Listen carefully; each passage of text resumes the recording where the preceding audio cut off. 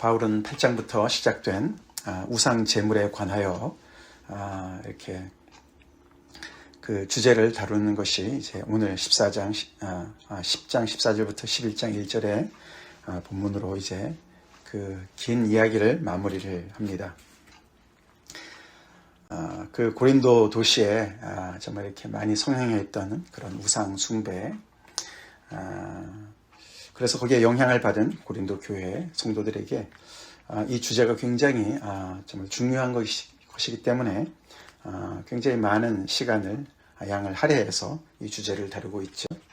그러면서 그 결론을 그가 오늘 10장 14절에서 내 사랑하는 자들아 우상 숭배하는 일을 피하라 라고 결론을 내리죠. 우상 숭배하는 일을 피하라. 세상을 본받지 말고 그 예수 믿기 전에 너네 그 습관을 계속해서 행하지 말아라 라고 이야기를 하죠. 사실 이 이야기를 처음부터 하지는 않았습니다. 그렇죠? 처음에는 어떻게 얘기를 했습니까? 사실 8장에 우리가 가만히 보면은 그 교회 안에서 지식을 가진 사람들이 있었어요. 그렇죠? 우상은 세상에 아무것도 아니다. 오직 하나님은 한 분밖에 안 계신다. 그러니까 사실 뭐 우상이라는 것은 헛개 위에 불과하니까 우상 제물 먹는 거 그렇게 뭐 문제가 되냐라고 얘기를 하지 않았습니까? 그리고 사실 8장 앞에서는 그런 그들의 그 지식에 대해서는 바울도 동의를 했습니다. 그렇죠? 그래서 정말 하늘에나 땅이나 신이라 불리는 자가 있어 많은 신과 많은 주가 있지만 그러나 우리에게는 한 하나님 곧 아버지가 계신다. 한 주 예수 그리스도께서 계신다. 모든 것이 다 그로 말미암았다. 그렇게 이제 다 얘기를 했습니다. 그런데 오늘 결론에서는 그는 우상 숭배를 피하라고 얘기를 합니다. 그렇게 하는 이유가 그들이 가지고 있는 지식이 사실 온전치 못한 것을 얘기하는 것이죠. 오늘 그가 강조하는 부분은 사실 앞부분에 그 성도들이 그리스도의 성찬에 참여하는 것과 유대인들이 예배에 참석해서 제물에 참여하는 것을 먼저 얘기하면서 이 이방 사람들이 이 제사에 참여하는 것과 이렇게 비교를 하면서 결국 그렇게 성찬에 참여하든 유대인들이 그런 제물을 또 드리는 일에 참여하든 이방인들이 제사에 참여하든 그것에 공통점이 있는데 너네 그거 몰랐지? 라고 사실 얘기하는 것이죠. 그게 뭐냐면 거기에 참여하는 자들은 다 그 예배의 대상과 교제한다라고 얘기를 하죠. 그렇죠? 참여라는 자체가 결국은 코이노니아잖아요. 그렇죠? 그래서 그 예배를 드리는 그 대상과도 코이노니아, 사귀는 것이고 그 예배 드리러 오는 그 사람들, 예배자들과도 서로가 참여하는, 교제하는 것이다. 그렇기 때문에 그 자체가 결국에는 하나님의 노여움을 사게 되는 그런 이야기가 된다. 다시 말해서 너네가 그렇게 한다는 것은 귀신과 교제하는 것이다. 그래서 주의 잔과 귀신의 잔을 겸하여 너가 마실 수 있겠느냐? 하나님 앞에 성찬도 받으면서 그렇게 우상 숭배하는 곳에 가서 그렇게 우상 제물에 참여한다는 것은 귀신의 잔을 또 동시에 받는 것이나 마찬가지다. 주의 식탁과 귀신의 식탁에 동시에 참여하는 것과 마찬가지다라고 이야기를 하고 있습니다.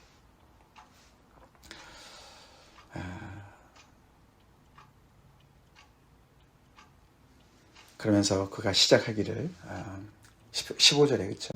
나는 지혜 있는 자들에게 말한 것 같이 하노니 너희는 내가 이르는 말을 스스로 판단하라. 사실 앞에서 계속해서 이 지혜롭다는 말을 부정적으로 얘기를 했는데 바울은 여기서 이들이 지혜롭다고 얘기하니까 너네가 그러면 스스로 한번 판단해봐. 너네가 지혜가 있다면서 한번 스스로 판단해봐라. 여기서는 그렇게 뭐 조롱 섞인 얘기는 아닙니다.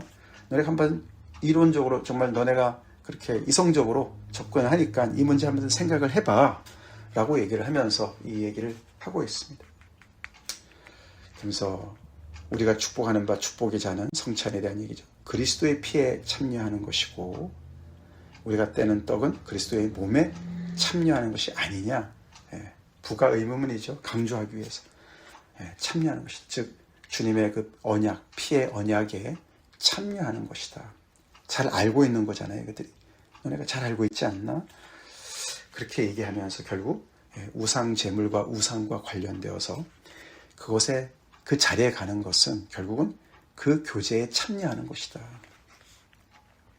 그러면서 22절의 결론을, 그러면 우리가 주를 노여워하시게 하겠느냐? 우리가 주보다 강하냐? 강한 자냐? 이게 이제 주를 시험하는 이야기죠. 하나님께 대드는 이야기죠. 우리 하나님은 질투의 하나님이시죠. 하나님은 우리에게 아들을 내어주시기까지 우리를 사랑하시는 분이시지만 동시에 그렇기 때문에 또 우리에게 절대 순종을 요구하십니다. 절대 순종을 요구하십니다. 그게 바로 구약의 질투의 하나님이시죠. 십계명을 주실 때 너희는 다른 신을 섬기지 말아라. 다른 우상을 섬기지 말아라. 내 이름을 망령되이 일컫지 말아라. 이 모든 말씀 속에서 나는 질투의 하나님이다 라고 말씀을 하시죠. 그게 언약의 관계죠.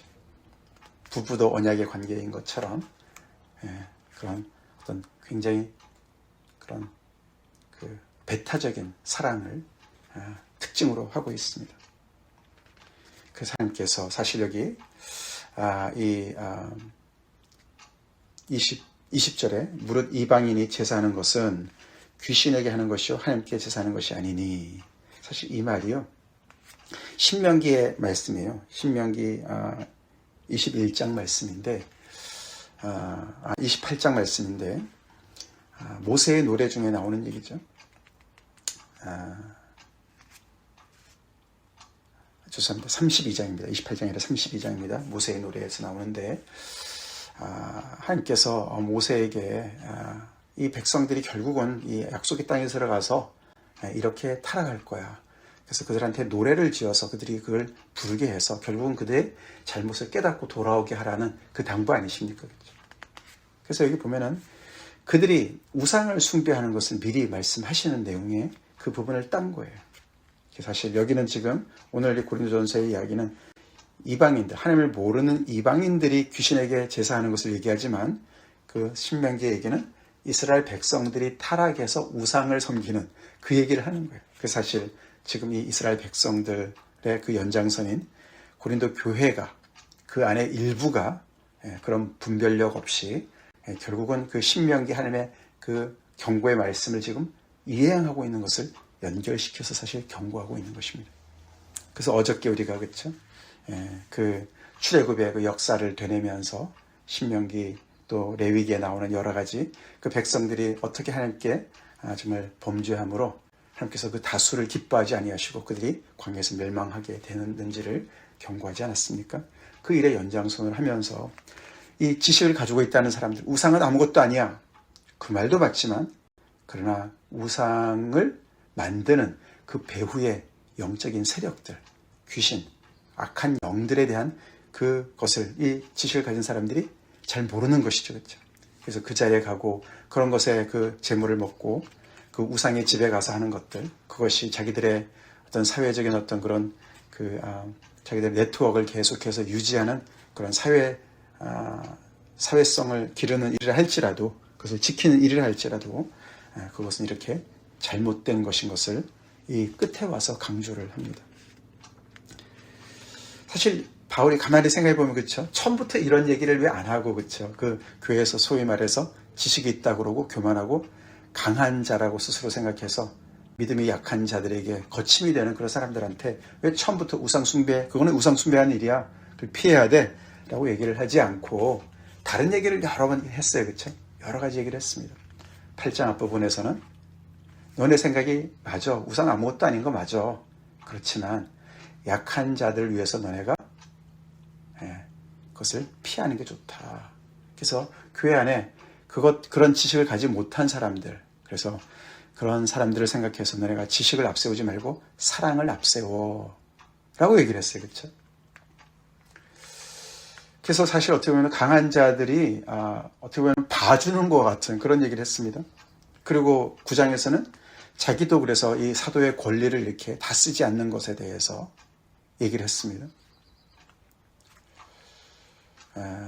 그런데 점점 더 사실 그 사안을 깊이 얘기하면서 결국은 그것이 그들이 선줄로 생각하는 교만과 연결되어지고 오늘의 여기서는 결국 그것은 우상 숭배와도 연결되어지는 것이라고 점차적으로 얘기를 하고 있습니다.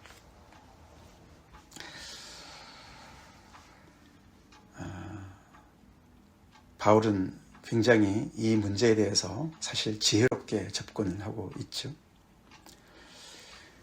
단순히 그 교회 안에 옳고 그름에 대해서 이렇게 시시비비를 가려주는 정도로 이 문제를 다루지 않습니다. 그렇죠?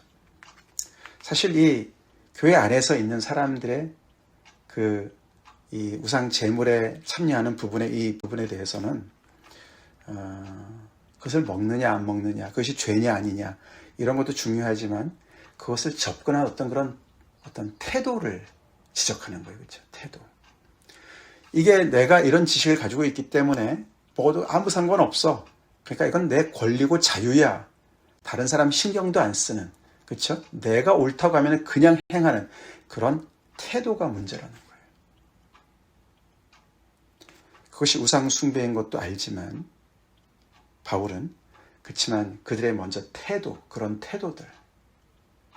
내가 옳다고 생각하면은 다른 사람 신경 쓰지 않고 그냥 밀고 나가는 그게 교회 공동체 안에서조차도 그렇게 지식을 앞세우는 사람들의 태도를 먼저 지적하는 거예요. 중요합니다. 중요합니다. 그래서 23절부터 사실 11장 1절까지가 이 전체에 대한 결론 부분입니다. 모든 것이 가하나 이들의 이야기를 다시 언급하는 것이죠. 그들의 주장이죠. 모든 것이 가한다. 맞다. 우리가 주님 안에서 자유가 있다. 그렇지만 모든 것이 유익한 것이 아니고 모든 것이 가하지만 모든 것이 덕을 세우는 것이 아니다. 그래서 24절 누구든지 자기의 유익을 구하지 말고 남의 유익을 구하라. 이게 황금률이죠. 황금률. 내가 지금 하고 있는 일이 내 유익을 구하는 것이냐 남의 유익을 구하는 것이냐 판단해서 남의 유익을 구하는 쪽으로 결정을 하라고 이야기를 합니다. 계속해서 교회 안에서 조금 더 지식을 가진 스스로 강하다고 생각하는 사람들을 향한 권면의 말씀입니다. 그렇죠? 주님의 몸된 교회를 세움에 있어서 배경도 다르고 신앙의 어떤 그런 연륜도 다르고 다 다른데 그 속에서 우리가 어떻게 주님의 몸을 세워나갈 것이냐. 서로 자기 유익과 자기의 권리를, 자기의 자유를 주장해서는 몸이 설 수가 없습니다. 설 수가 없습니다. 지체들의 다른 사람의 유익을 먼저 생각을 해야 된다는 것이죠. 그게 지식은 교만하게 하고 사랑은 세우는 것입니다. 그렇죠? 자, 그렇게까지 얘기를 한 다음에 바울은 사실 조금 더 얘기를 하죠. 25절이죠. 무릇 시장에서 파는 것은 양심을 위하여 묻지 말고 먹으라. 굉장히 지금까지 얘기한 거랑 다른 얘기를 합니다. 그 당시에 이제 그 우상 신전이 이제 여기 그 고린도 도시에 가장 유명했던 그 신전은 아프로디테라는 신전이 있었어요. 그 아프로디테는 여신이었어요. 사랑과 미의 상징인 여신이었는데 그게 가장 아주 으뜸이었다고 그래요.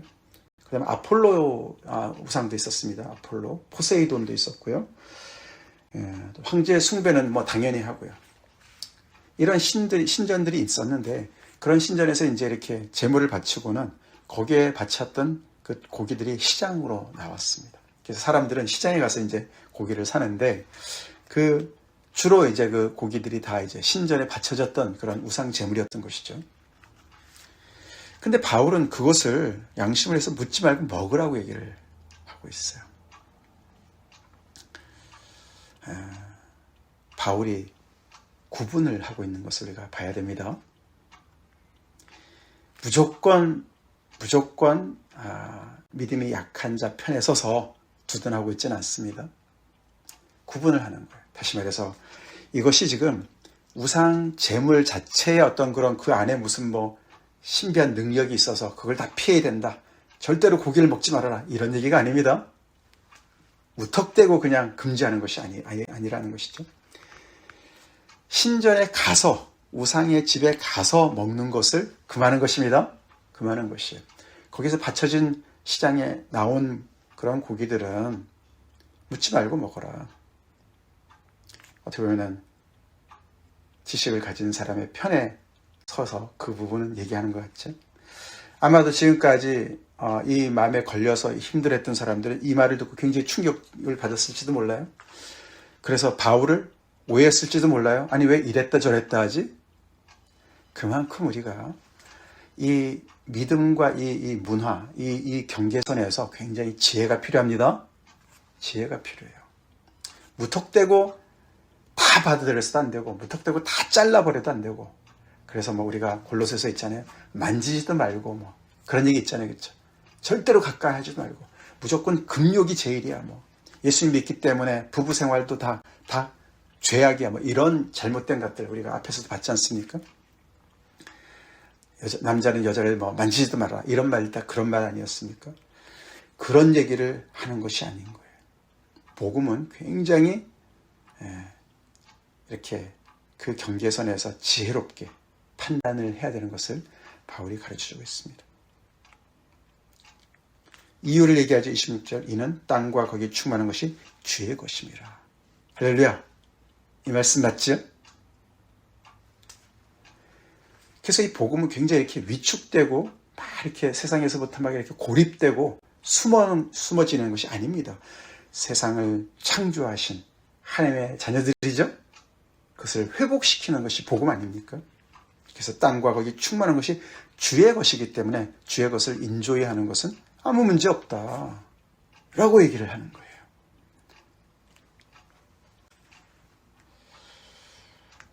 자, 그러면서 또 한 가지 얘기하죠. 27절에 불신자 중에 누가 너희를 청할 때에 불신자 집에 초대받아서 갔을 때 우상의 집이 아니고 여러 가지 구체적인 그런 케이스를 얘기하죠. 그때 너네가 가고자 하거든. 그 초대받아서 가고자 하는 가서 앞에 차려놓은 무엇이든지 음식은 양심을 위해서 묻지 말고 먹으라. 가서 이거 우상제물 아니야? 물어볼 거 없다는 것이죠. 가서 그 초대받은 집에 불신자 집에 가서 음식을 그냥 먹어라. 굉장한 자유를 얘기하죠. 근데 그 자리에서 누가 이거 우상제물이야 라고 얘기를 말하면 그 사람의 양심을 위해서 그걸 먹지 말아라. 헷갈려요. 그렇죠? 헷갈려요. 뭐 먹으란 말이에요. 먹지 말란 말이에요. 그냥 딱 부러지게 얘기하면 좋겠어요. 그렇죠? 근데 이렇게까지 분별력을 가지고 상황에 대처해야 됩니다. 대처해야 돼요. 불신자의 집에 초대받아서 갔을 땐 그 불신자의 마음을 헤아리는 거죠. 그렇죠? 우리를 내가 믿는 자 알면서도 차려놓은 것이니까 감사함으로 먹는 거예요. 그렇지만 누군가가 거기에서 그것 때문에 양심에 꺼린 사람이 이거 재물이야 라고 얘기했을 때 내가 그것을 무시하고 먹으면 그 사람의 마음이 다치니까 그 사람이 그렇게 경계를 할 때 거기에 맞춰서 또 그것을 먹지 않는 것이 맞다라고 얘기를 합니다. 그래서 내 자유가 발휘되어야 될 때도 있지만 다른 사람의 유익을 위해서는 내 자유가 절제될 때도 있다는 것을 굉장히 어떤 그 밸런스를 유지하는 것이 굉장한 그런 순간순간의 판단력과 분별력이 필요한 것을 가르치고 있습니다. 그래서 바울이 오해를 많이 받았어요. 우리에게도 이런 분별력이 있도록 기도합시다. 기도합시다. 그 중심이 뭡니까? 자기 유익을 구하지 않고 남의 유익을 구하는 거예요. 그게 중심이에요. 그래서 그 전체적인 결론이 31절이죠. 우리가 다 잘 아는 31절. 그런즉 너희가 먹든지 마시든지 무엇을 하든지 다 하나님의 영광을 위해서 하라. 내가 이런 지식이 있기 때문에, 이런 신학적인 지식이 있기 때문에 나는 괜찮아. 그러면서 내가 원하는 것을 추구하다가는 다른 사람들이 많이 다치는데, 그 중심의 마음이 무엇을 하든지, 먹든지 마시든지 무엇을 하든지, 우리가 어떤 직장을 갔든지 어떤 일을 하든지 어떤 삶을 살든지 다 하나님의 영광을 위해서 내가 하고 있느냐, 그게 중심이 되면 순간순간 우리가 판단하고 분별하는데 도움이 될 겁니다. 그렇죠? 그게 내 중심이 된다는 것이죠. 그래서 유대인에게나 헬라인에게나 하나님의 교회나 거치는 다른 사람이 걸려 넘어지게 하는 사람이 되지 말고, 자기를 내세우는 사람, 자기의 자유를, 자기의 권리를 내세우는 사람들이 주로 걸림돌이 되죠. 그렇게 하지 말고 나와 같이 바울이 자기를 모본으로 삼으라고 얘기합니다. 모든 일에 모든 사람을 기쁘게 하여, 앞에서 나왔죠. 유대인에게는 유대인에게처럼 율법이 있는 자들이 율법이 없는 자들에게 다 그렇게 약한 자들에게 거기에 맞춰 사는 것처럼 자기 유익을 구하지 않냐고 많은 사람의 유익을 구하여 그들로 구원을 받게 하라. 목적은 복음을 위해서, 잘 보이려고 하는 것이 아니라, 그 사람들의 비유를 맞추는 것이 아니라 결국은 그들을 주님 앞으로 인도하기 위해서. 그러면서 다시 11장 1절에 내가 그리스도를 본받는 자가 된 것 같이 너희는 나를 본받는 자가 되라. 기가 막히죠. 결론이 기가 막힙니다. 바울이 그래서 이 우상 제물에 대한 이 이야기를요, 이렇게 기가 막힌 복음으로 전체를 잘 균형 있게 설명을 하고 있습니다. 하나님의 지혜죠. 하나님의 지혜입니다. 결국 이 모든 것이, 바울의 이런 모든 것이, 바울은 그리스도를 본받기 때문에 이렇게 얘기하는 것입니다. 그리스도가 결국은 어떤 분이시죠? 당신의 그 모든 것을 다, 유익을, 하나님과 동등됨을 다 내려놓으시고 자신을 비우시고 우리의 구원을 위해서, 우리의 유익을 위해서 그 부요하신 주님께서 가난해지셨습니다. 자신을 완전히 비우신 그 자기 희생의 사랑을 보여주신 분이 그리스도시니까 그 그리스도를 보면서 바울이 제대로 배운 거죠. 이게 바로 십자가의 모습이죠. 그래서 많은 이 약간 좀 성경을 겉으로 공부한 신학자들이요, 이런 좀 정신 나간 소리들을 해요. 바울이 기독교의 창시자다, 예수님이 기독교 창시자가 아니고, 이런 헛소리들을 합니다. 근데 바울의 이런 이야기를 잘 몰라서 그런 얘기죠. 바울은 머리끝부터 발끝까지 십자가입니다. 아멘? 십자가에 달리신, 십자가 못 박히신 그리스도예요. 그 복음의 그 전체가, 그 생각, 사고 전체가 십자가, 그리스도를 본받는 삶과 가르침이었어요. 그래서 너희는 나를 본받는 자가 되라 라고 얘기를 합니다. 결국 우리가 그리스도를 본받는다, 우리 요즘에도 그 목적이 이끄는 삶에 대해서 우리가 배우는 부분들이었죠. 다른 게 아니죠, 그렇죠? 주님의 이런 자기 희생적인 사랑을 배우는 것입니다. 나를 앞세우는 것이 아니라, 그게 바로 십자가고, 그게 바로 복음을 아는 사람의 삶이다. 그래서 결국 교회 안에 이런 지식을 가진 강한 자와 그렇지 못한 믿음이 약한 자들 둘 다 들어야 되는 말씀을 전했습니다. 그렇죠, 전했습니다. 우리 하나님, 우리가 믿는 하나님, 질투의 하나님이신 거 우리가 알고 있습니다. 그렇죠? 이들은 우상의 제물에 대한 문제였지만 오늘날의 우상은 뭘까요? 우리는 무슨 신상이 세워진 것도 아닙니다. 오늘날의 우상은 여러 가지가 있어요. 그렇죠? 그 중에 가장 큰 것은 세상의 부요함이죠. 그렇죠? 세상의 부요함, 인정. 우리가 이 미국의 21세기에 살아가면서 재물이, 이 재물은 바쳐진 재물이고 우리가 말하는 재물은 돈이죠. 그런 것들이 다 우상이죠.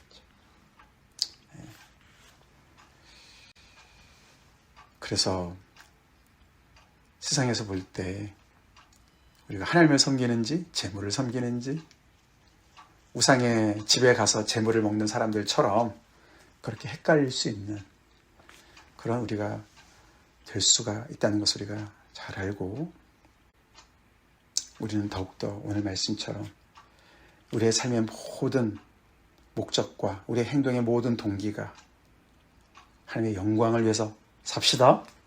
하나님의 영광을 위해서. 교회 안에서 우리가 서로가 이렇게 산다면 얼마나 그 공동체가